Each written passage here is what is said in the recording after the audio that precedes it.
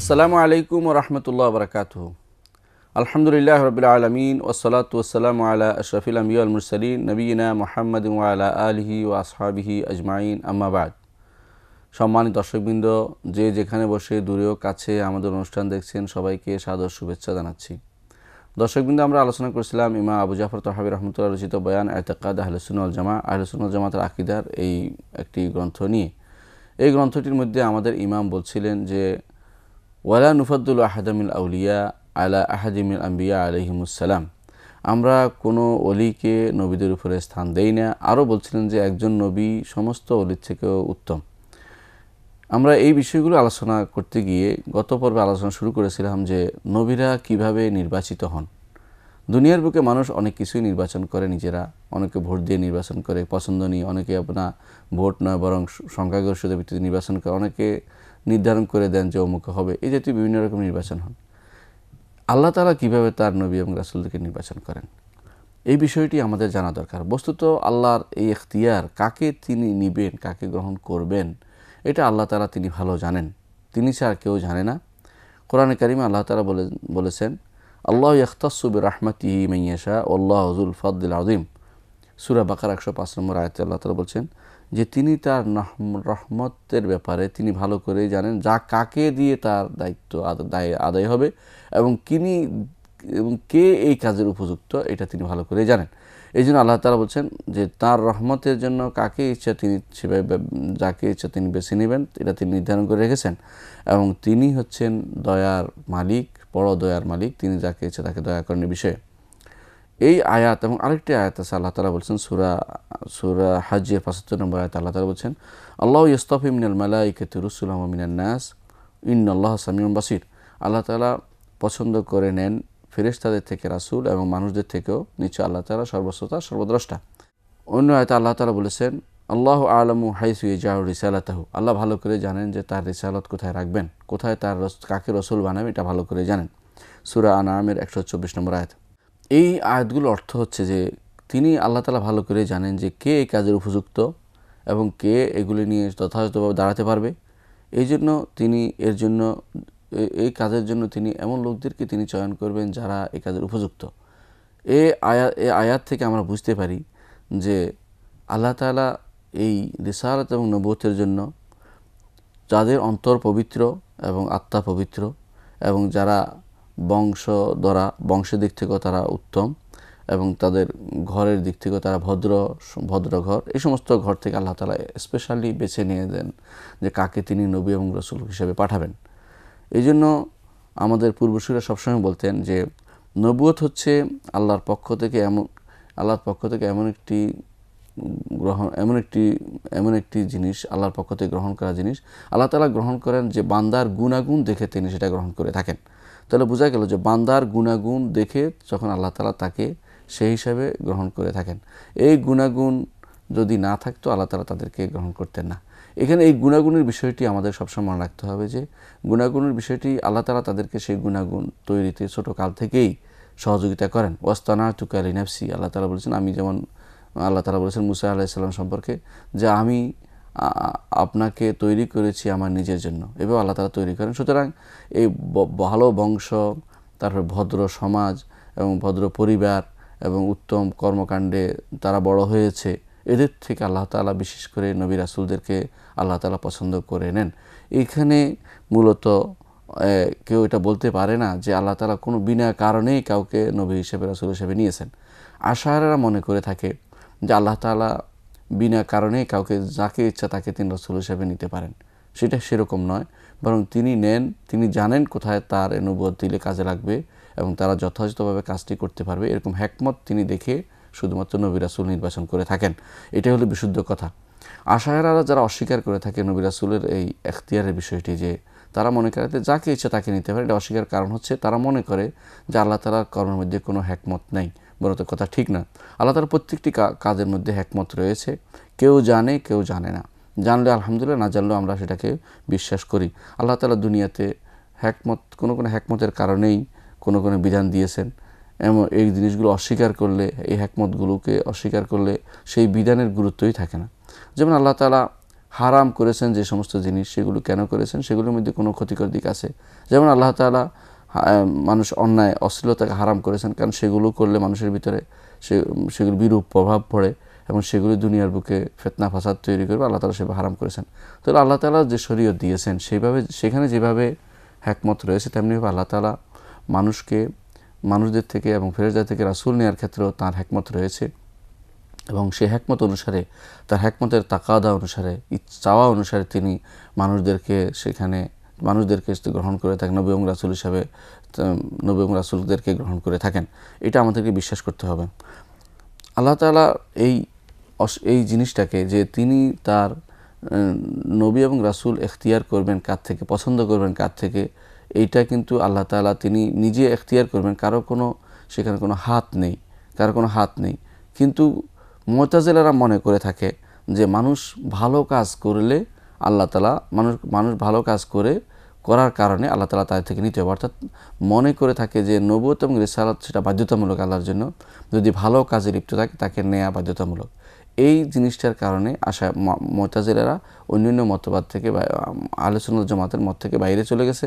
যেমনিভাবে আশায়রা আল্লাহ তাআলা হিকমতকে অস্বীকার করার কারণে আহলে সুন্নাত ওয়াল জামাতের মত থেকে বাইরে চলে গেছে। এখানে আরেকটি গোষ্ঠী আছে যারা মনে করে থাকে যে আল্লাহ তাআলা তিনি মানুষদের থেকে এবং ফেরেশতাদের থেকে রাসূল এখতিয়ার করে থাকেন, চয়ন করে থাকেন। এটা মূলত মানুষ ইচ্ছা করলে বিভিন্ন কর্মকাণ্ড করে তা নিজেরা এই কাজের যোগ্য হতে পারে এবং তারা এই জিনিসটা ছিনিয়ে নিয়ে আসতে পারে আল্লাহ তাআলার নবুয়ত এবং রিসালাতকে। বিশেষ করে তথাকথিত দার্শনিক যারা, ইবনে ফারাবি, ইবনে সিনা, এরা মনে করে থাকে যে নবুয়ত এবং রিসালাত শুধু আল্লাহর দান নয়, বরং এখানে মানুষ ইচ্ছা করলে নিজেরা কোনোভাবে সেটাকে গ্রহণ করে নিতে পারে। তারা বলে থাকে যে তিনটা মৌলিক বিষয় যদি কারোর মধ্যে একত্রিত হয়, সে নবী হয়ে যাবে। নাউজুবিল্লাহ। এই জিনিসটা যেন তাদের হাতে, এর মূল কারণ হচ্ছে তারা তো আসলে স্রষ্টার কর্তৃক প্রেরণ করাটাকেই তারা বিশ্বাস করে না। এই জন্য মনে করে থাকে যে কোনো রকমের এই জাতীয় কোনো কথা বা মিটাফিজিকিয়া বা যে সমস্ত কথা মানুষ বলে থাকে, কোন গুরুত্বপূর্ণ কথা, সেগুলো ওই সময় আসবে যখন মানুষের মধ্যে 3 ধরনের গুণের সমাহার ঘটবে। তারা বলে থাকে যে প্রথম গুণ হচ্ছে কুওয়াতুন কুদসিয়া, যে পবিত্র কিছু শক্তি তার মধ্যে থাকবে, যা দিয়ে সে শিক্ষক ব্যতীতই জ্ঞান অর্জন করতে পারবে। যা অনেক সময় তারা মনে করে থাকে এটা যে বড় ধরনের তপস্যার মাধ্যমে সেটা অর্জিত হয়। এই তপস্যার মাধ্যমে তাদের অন্তর আকলুল ফাআল থেকে, অর্থাৎ কার্যকরী বিবেক থেকে কিছু নেয়ার জন্য তৈরি হয়ে থাকে, সেজন্য সে নবী হতে পারে। আবার দ্বিতীয় গুণ বলে থাকে যে প্রথম হচ্ছে কুওয়া কুদসিয়া, অর্থাৎ পবিত্র একটি শক্তি। দ্বিতীয় গুণ বলে কুওয়া খেয়ালিয়া, অনেক ধারণার বশবর্তী হতে পারে। ধারণা বশবর্তী হয়ে অনেক কিছু প্রচণ্ড শক্তিশালী ধারণার অধিকারী হতে হয় তাকে, হলে সে অনেক নবুয়তের বা রিসালাতের জিনিস ছিনিয়ে নিয়ে আসতে পারে। এই জন্য তারা মনে করে থাকে যে নবুয়ত এবং রিসালাতের যে বাণী, সেগুলো ফেরেশতা বলে আকলুল ফাআল থেকে, ফেরেশতা যাদেরকে বলা হয় তারা আকলুল ফাআল, তাদের থেকে নিয়ে আসে মানুষ জোর করে। কেন? তাদের মধ্যে এই ধারণা, প্রচণ্ড শক্তিশালী ধারণার অধিকারী যদি তারা হয়, তখন সেখান থেকে তারা নিয়ে আসতে পারে। আরেকটি জিনিস তারা বলে থাকে, তৃতীয় যে শক্তি তাদের মনে করে থাকলে সেটা তারা নবুয়ত এবং রিসালাত পেয়ে যাবে, তারা মনে থাকে এটা হলো কুওয়া নাফসিয়া, অর্থাৎ আত্মিক শক্তি। তারা মনে করে থাকে যে আত্মিক শক্তির মাধ্যমে তাদের কোনো কথা, তাদের কোনো কিছুর মধ্যে যখন বলা হয় তাদের প্রভাব পড়ে সেটা তৈরি হয়ে যায়, সেরকমই তৈরি হয়ে যায়। তাদের কথা হচ্ছে যে একটা মানুষ কিভাবে নবী এবং রাসূল হয়, তাদের 3টি জিনিস একত্রিত হয় নবী এবং রাসূল হতে পারে। যে কোনো মানুষই যার মধ্যে কুওয়া কুদসিয়া, শক্তিশালী কোনো পবিত্র কোনো ক্ষমতা থাকে। দ্বিতীয় হচ্ছে প্রচণ্ড ধারণা করার ক্ষমতা থাকবে। আর তৃতীয় হচ্ছে আত্মিক শক্তি থাকবে। এই 3 ধরনের শক্তি থাকলে যে কোনো মানুষের নবী এবং রাসূল হতে পারে। আসলে এগুলি সবই হচ্ছে ভ্রষ্টতা। নবী এবং রাসূল আল্লাহ তাআলাই পছন্দ করেন। আল্লাহ তাআলা বলছেন আল্লাহু ইয়াসতাফি মিনাল মালাইকাতি রুসুলাম মিনান নাস। আল্লাহ তাআলা মানুষদের থেকে এবং ফেরেশতাদের থেকে রাসূলদেরকে আল্লাহ তাআলা পছন্দ করে নেন। অন্য আয়াতে আল্লাহ বলেছেন আল্লাহু আ'লামু হাইসু ইয়াজআলু রিসালাতাহু, তার রাসূল আল্লাহু ইয়া'লামু হাইসু ইয়াজআলু রিসালাতাহু, তিনি ভালো করে জানেন কোথায় তিনি রাখবেন তার রিসালাতকে, তিনিই ভালো জানেন। যাদের মধ্যে যোগ্যতা আছে, যাদের মধ্যে যোগ্য করে তিনি ছোটকাল থেকে তৈরি করেছেন, এই যোগ্যতার কারণে তিনি তাদেরকে আল্লাহ তাআলার নবুয়ত এবং রিসালাতে ভূষিত করবেন। সেখানে মানুষের কোনো হাত নেই। কোনো গবেষণা করে, কোনো রকমের তপস্যা করে, অথবা কোনো রকম বড় ধরনের চিন্তা করে বা কোনো প্রভাব খাটিয়ে কোনোটাই তারা নবী এবং রসুল হওয়ার যোগ্যতা অর্জন করে না। আমাদের মুসলিমদের মধ্যে যাদেরকে গণ্য করা হয় এই জাতীয় ফারাবি, ইবনে সিনা যে সমস্ত ধারণা করে থাকে, এসবই হচ্ছে এই আল্লাহ তাআলার কর্তৃক সরাসরি রসুল প্রেরণকে অস্বীকার করা। তারা মনে করে থাকে তারা রসুল প্রেরণের প্রয়োজন নেই, তারা এই তিনটি শক্তি তাদের অধিকারী যদি হতে পারে তাহলে তারাও রসুলদের মতো ভবিষ্যতের কথা বলতে পারবে এবং রসুলদের মতো তারাও নতুন নতুন পথ মানুষকে দেখাতে পারবে। এই তিনটি শক্তি তারা মনে করে থাকে কুয়া কুদসিয়া, আরেকটি হচ্ছে কুয়া রুহিয়া বা কুয়া নাফসিয়া, একটি হচ্ছে কুয়া খেয়ালিয়া বা ধারণাগত শক্তি। এগুলি আসলে সবই পথভ্রষ্টতা, আল্লাহ এবং তার রসুলের মতের বিরোধী কথা এবং আহলে সুন্নাত জামাতের মতের বিরোধী কথা। দ্বিতীয় যে কথাটি আমরা বলেছিলাম যে আসলে আরেকটি গোষ্ঠী যারা এই পথ থেকে দূরে সরে গেছে, তারা মনেই করে থাকে যে নবুয়ত এবং রিসালাত আসলে কিছুই না। এমনকি কেউ কেউ তারা নবী এবং রসুলদেরকে ইবলিশ বলে থাকে, নাউজুবিল্লাহ। তারা মনে থাকে যে তারা কিছু শ্রেষ্ঠত্ব অর্জন করতে চায়। যেমন কাফেররা বলতো যে এরা তো আমাদের মতোই মানুষ, ইরিদু আন ইয়াতাফাদ্দালা আলাইনা, এরা আমাদের উপর শ্রেষ্ঠত্ব অর্জন করতে চায়। ঠিক এই জিনিসটা এখনও রয়েছে। অনেকেই মনে করে থাকে নবুয়ত এবং রিসালাত কিছুই না, তারা একটি গোষ্ঠী এসেছিল, তারা নিজেদের শ্রেষ্ঠত্ব বজায় রাখার জন্য প্রচেষ্টা চালিয়েছে। আসলে নবুয়ত এবং রিসালাতের কোনো স্থান নেই, তারা আসলে মৌলিকভাবে নবুয়ত এবং রিসালাতে বিশ্বাসী নয়। মূলত মুসলিম মাত্রই বিশ্বাস করতে হবে যে নবুয়ত এবং রিসালাত আল্লাহর পক্ষ থেকে দেয়া বিশেষ দান এবং তাদেরকেই দান করা হয় যাদের বিশেষ গুণ রয়েছে এবং গুণ ছোটোকাল থেকে বা তাদের পরিবার গ্রহণ করা থেকে আল্লাহ তাআলার বিশেষ যোগ্যতা দেখেই শুধুমাত্র তাদেরকে নবুয়ত এবং রিসালাত দিয়ে থাকেন। এই ঈমান আমাদের সবসময় পোষণ করতে হবে। বস্তুত দার্শনিকদের এই নীতি সম্পূর্ণরূপে ইসলাম বিরোধী কর্মকাণ্ড বলে আমরা মনে করি। এই জন্য দার্শনিকরা আসলে যে জিনিসটি বিশ্বাস করে থাকে সেটা হচ্ছে নজরিয়াতুল ফয়েজ, এটাকে বলা হয়, বা ফয়েজ দর্শন।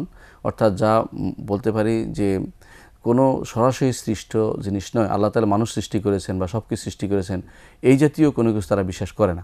তারা মনে করে যে কোনো কিছু এই যে ম্যাটেরিয়ালস বা এই যে জিনিসগুলো, পৃথিবীর যে উপাদান বা সৃষ্টির উপাদানগুলি আগেও ছিল, এগুলি ঘুরতে ঘুরতে বা চলতে চলতে একসময় তা থেকে কিছু জিনিস বেরিয়ে পড়েছে এবং তা থেকে মানুষ সৃষ্টি হয়েছে, পৃথিবী সৃষ্টি হয়েছে, জমিন সৃষ্টি হয়েছে, আকাশ সৃষ্টি হয়েছে, ইত্যাদি জিনিসগুলো তারা মনে করে থাকে।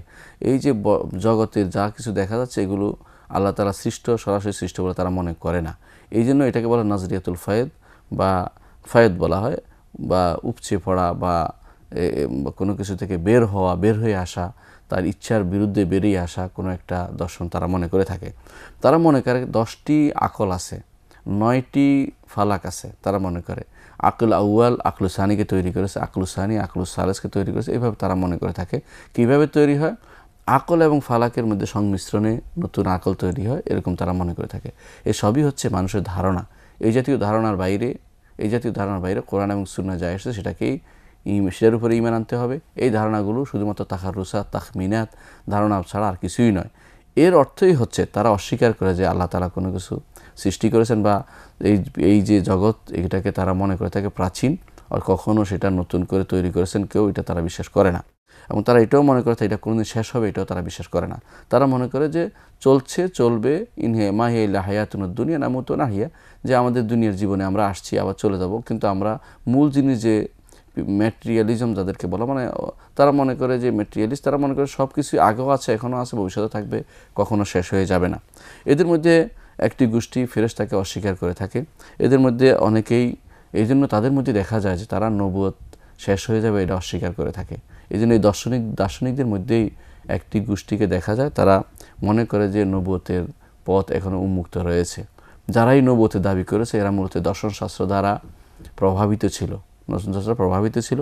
বিশেষ করে পরবর্তী যারা নবুয়ত দাবি করেছে যেমন গোলাম আহমদ কাদিয়ানী, এরা কিন্তু মূলত দর্শনশাস্ত্র দ্বারা প্রভাবিত ছিল। তারা মনে করেছে যে যদি নিজের উপাসনা দিয়ে, নিজের তপস্যা দিয়ে, নিজের প্রচেষ্টা দিয়ে করে যদি কোনো আমরা নবুয়ত প্রাপ্ত হতে পারি যেভাবে দার্শনিকরা বলেছে, তাহলে নবুয়তের দরজা বন্ধ হবে কেন?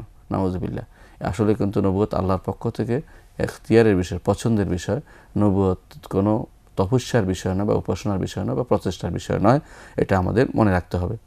যারা এই মতে বিশ্বাসী ছিল তার মধ্যে আমরা বলেছিলাম যে বিখ্যাত এই মতবাদী বিশ্বাসীদের মধ্যে বিখ্যাত ছিল ফারাবি, মুবাশশির ইবনে ফাতিক। এরা এই জন্য নবীর উপরে দার্শনিকদের প্রাধান্য দিত, এটা আমরা আগেও বলেছি। এদের মধ্যে আরেকটি গোষ্ঠী দেখা যায় যে এদের থেকেও আরেকটি গোষ্ঠী বের হয়েছে, যারা যেমন ইবনে আরবি। এরা মনে করত যে নবুয়তের স্থান হচ্ছে অলির নিচে, আর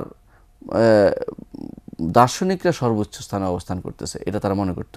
এই জন্য সে বলতেছে মকামুন নবুয়তে ফি বারজাখিন ফুয়াইকার রসুল ওয়া দুনাল ওলি, যে নবুয়তের স্থান হচ্ছে রসুলদের উপরে আর নবুয়তের স্থানে, অর্থাৎ তাদের স্থানটা, তারা যে নবুয়তের দাবি করতেছে অর্থাৎ দার্শনিকের জন্য, সেটা রসুলদের উপরে এবং অলিদের নিচে, অর্থাৎ অলিরা যেন নবুয়তের উপরে স্থান নিয়েছে, অলিরা যেন নবুয়তের উপরে স্থান পেয়েছে। অথচ এই জিনিসটাকে আমাদের ইমাম খণ্ডন করছেন। তিনি বলছেন নবিয়ুন ওয়াহিদুন আফদালু মিন জামিল আউলিয়া, একজন নবী সমস্ত অলি থেকে উত্তম।